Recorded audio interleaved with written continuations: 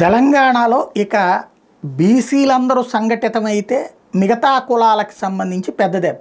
వాళ్ళు సంఘటితం కాకపోవడం వల్ల వేరే సామాజిక వర్గాల వల్ల వాళ్ళు పరిపాలిస్తున్నారు. అక్కడ బీసీ ముఖ్యమంత్రి అన్న ఏకైకది ఒకప్పుడు తెలుగుదేశం, బట్ తన అధికారంలో ఉన్నప్పుడు ఎప్పుడూ చేయలేదు. అధికారం దిగాక నెక్స్ట్ రాష్ట్రం విడిపోయాక మేము బీసీ అంది, అది పక్కకి వెళ్ళిపోయింది.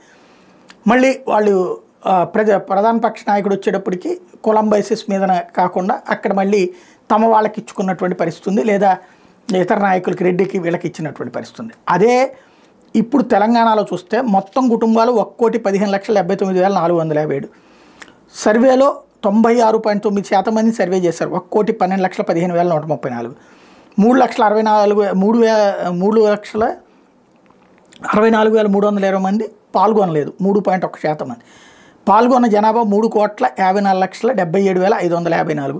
సర్వేకు దూరంగా ఉన్నోళ్ళు 16 లక్షల మంది.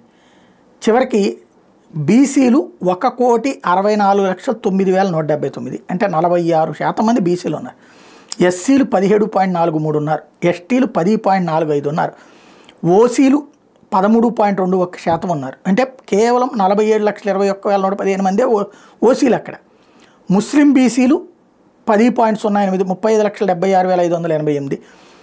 అంటే ముస్లింలో ఉన్నటువంటి బీసీ కులాలు వీళ్ళది ఇది కలిపితే 56.25, అంటే దగ్గరగా 2 కోట్ల మంది బీసీలు ఉన్నట్టు. ముస్లిం ఓసీలు 8,80,424. మొత్తం ఓసీలు జనరల్ ప్లస్ ముస్లిం కలిపి 56,01,539.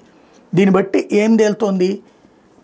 అక్కడ ఉన్న జనాభానేమో బీసీలు అధికం, పరిపాలిస్తుందేమో రెడ్డా, అంతకుముందు కమ్మ, అంతకుముందు రెడ్డి, అంతకుముందు తర్వాత వెలమ, ఇప్పుడు మళ్ళీ రెడ్డి. మరి బీసీ ముఖ్యమంత్రి ఇక లేనట్టేనా? ఇంకా ఇప్పుడైనా బీసీ ముఖ్యమంత్రి నినాదం ముందుకు రావాల్సిన అవసరం ఉంది.